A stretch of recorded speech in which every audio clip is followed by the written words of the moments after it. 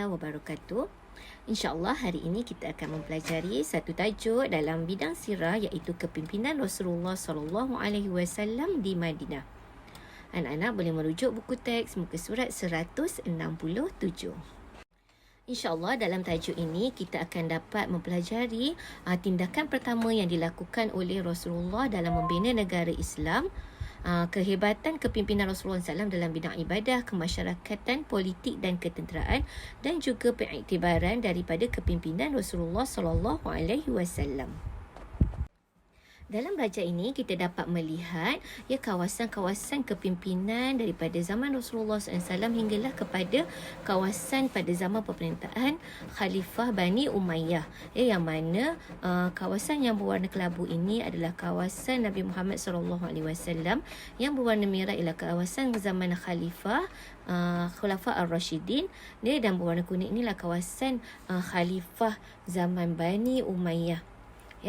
Kita boleh lihat zaman pemerintahan kerajaan Islam ini bermula daripada zaman Rasulullah SAW, dan seterusnya disambung oleh zaman pemerintahan Khulafa Ar-Rashidin, iaitu Saidina Abu Bakar, Saidina Umar, Saidina Uthman dan Saidina Ali bin Abi Talib, dan disambung pula dengan zaman kerajaan Bani Umayyah, kerajaan Abbasiyah dan juga kerajaan Uthmaniyah.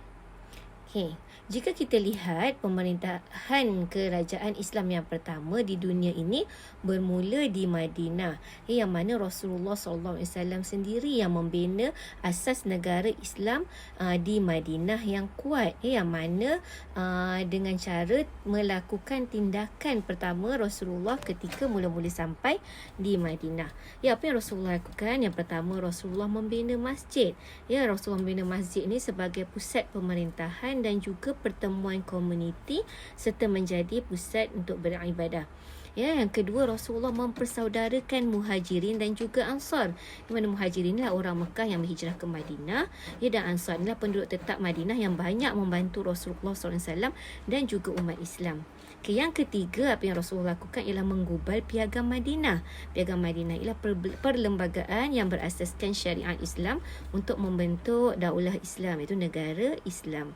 Yang keempat, Rasulullah membina pusat perniagaan, yang mana Rasulullah wujudkan sistem ekonomi Islam bagi menggantikan sistem ekonomi jahiliah yang berunsurkan riba, yang mana pasar-pasar untuk umat Islam mula dibina. Seterusnya, mari kita lihat kehebatan kepimpinan Rasulullah SAW di Madinah, yang mana kita boleh lihat kehebatan Rasulullah ini daripada 4 aspek. Yang pertama, kita lihat dulu dari aspek ibadah, yang mana ibadah ini adalah pengikat hubungan antara manusia dengan Allah Subhanahu wa Ta'ala. Kita boleh lihat kepimpinan Rasulullah SAW dari segi ibadah apabila Rasulullah menjadi imam pada setiap kali solat fardu, kecuali ketika baginda sedang sakit. Yang kedua, kita dapat lihat Rasulullah menjadikan masjid ni sebagai syiar Islam, yang mana tempat tumpuan masyarakat untuk beribadah. Kat situlah masyarakat menuntut ilmu dan juga masyarakat berbincang untuk menyelesaikan sebarang masalah. Yang ketiga, Rasulullah mengutamakan solat fardu kerana hubungan akidahnya yang rapat dengan Allah Subhanahu Wa Taala. Seperti mana yang kita tahu, solat ini adalah tiang agama. Rasulullah SAW juga istiqamah menunaikan solat sunat dan qiyamul lail di rumah sebagai tanda syukur kepada Allah Subhanahu Wa Taala. Kehebatan Rasulullah dari segi ibadah juga kita dapat lihat dari segi kesempurnaan akidah dan ibadah Rasulullah SAW, kerana kesempurnaan akhlak Rasulullah SAW yang mengamalkan perintah Allah Subhanahu Wa Taala. Begitulah hebatnya kepimpinan Rasulullah dari segi ibadah. Seterusnya, mari kita lihat kehebatan Rasulullah SAW dalam kepimpinan Rasulullah dari segi aspek kemasyarakatan, yang mana kemasyarakatan ini merupakan keutamaan kepada ukhuwah, ukhuwah yang menjadi teras kesatuan umat Islam. Kita boleh lihat Rasulullah SAW telah berjaya menjadikan masyarakat Islam Madinah hidup harmoni, saling bantu-membantu, dan bersatu padu untuk mempertahankan negara Madinah ini. ini. Ya, dan kemudian terbentuklah masyarakat Madinah yang baru, gabungan daripada kaum Ansar, Muhajirin dan juga kaum Yahudi. Ya, kejayaan Rasulullah ini dapat dilihat melalui usaha Rasulullah. Ya, antara usaha Rasulullah ini yang pertama, Rasulullah mewujudkan persaudaraan sesama Islam. Rasulullah mempersaudarakan Muhajirin dan Ansar dalam ikatan Islam, ya. Dan setiap orang Ansar ini mengambil seorang Muhajirin sebagai saudaranya, serta berjanji untuk membantunya. Dan orang Ansar juga memberikan pelbagai bantuan seperti tempat tinggal dan harta. Rasulullah juga selain daripada mempersaudarakan umat Islam, Rasulullah memberi jaminan keselamatan kaum bukan Islam, yang mana Rasulullah mengadakan perjanjian dengan kaum Yahudi dan musyrikin yang tinggal dekat Madinah ini. Mereka perlu sama-sama jaga keselamatan dan keamanan negara Madinah ini. Dan hak kemasyarakatan dan kebajikan mereka akan dijaga dan tidak akan diceroboh. Jadi kehebatan kepimpinan Rasulullah dapat menyatu padukan umat Islam dan juga bukan Islam di Madinah. Seterusnya, mari kita lihat kehebatan kepimpinan Rasulullah dari segi aspek politik, yang mana politik inilah yang memacu kestabilan negara. Rasulullah ni bijak menjaga keamanan dan kestabilan negara Madinah.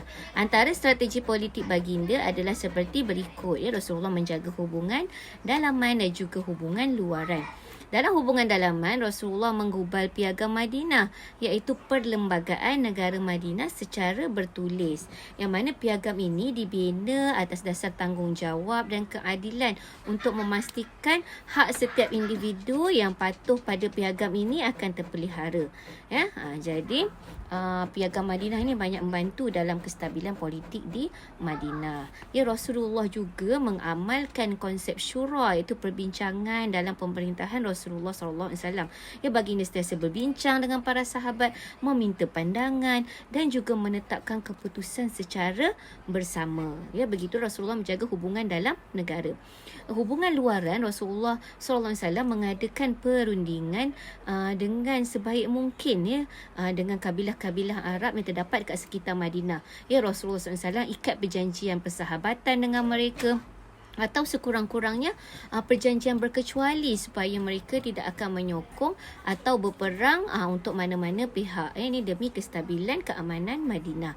Rasulullah SAW juga sangat patuh kepada syarat-syarat perjanjian tersebut. Dan Rasulullah SAW mengutus surat kepada kerajaan luar sekitar Madinah untuk ajak mereka beriman kepada Allah Subhanahu Wa Taala. Jadi hubungan dalaman dan hubungan luaran yang terjalin secara baik ini menjamin kestabilan politik di Madinah. Seterusnya, mari kita lihat kehebatan kepimpinan Rasulullah SAW dari aspek ketenteraan, yang mana aspek ketenteraan inilah yang menjulang maruah agama untuk mempertahankan nyawa. Kewibaan Rasulullah SAW dalam aspek ketenteraan dapat menjaga maruah agama dan juga keselamatan umat Islam. Antara tindakan Rasulullah SAW kita boleh lihat secara umum dan juga dari segi strategi peperangan yang digunakan oleh Rasulullah SAW. Dari segi umum, Rasulullah mengutamakan perdamaian berbanding peperangan. Rasulullah tubuhkan pasukan peronda untuk mendapatkan maklumat tentang musuh Islam. Rasulullah juga memperkuatkan umat Islam dengan ilmu dan kemahiran ketenteraan. Selain daripada itu, Rasulullah mengetuai hampir ke semua peperangan dengan kemahiran yang tinggi, dan dapat meminimumkan kehilangan nyawa dan juga harta. Rasulullah juga mengamalkan peperangan yang beretika, seperti tidak membunuh orang awam dan tidak merosakkan tanaman. Begitulah dari segi aspek ketenteraan secara umum. Dari segi strategi peperangan yang digunakan oleh Rasulullah SAW, kita boleh lihat Rasulullah menggunakan pelbagai strategi untuk mengelirukan musuh. Rasulullah bergerak secara rahsia dan pantas sehingga tak beri peluang kepada musuh untuk serang balas. dan akhirnya musuh menyerah dan melarikan diri. Ya, Rasulullah juga melancarkan serangan psikologi untuk melemahkan semangat musuh, ya, dan dapat mengelakkan pertumpahan darah. Ya, jadi sebelum berlaku peperangan, pihak musuh telah menyerah kalah dan tidak berlaku pertumpahan darah. Rasulullah juga tidak panik walaupun berada dalam situasi yang genting, yang malah terus bangkit untuk susun strategi yang baru. Ya, begitulah kehebatan kepimpinan Rasulullah dari segi ketenteraan.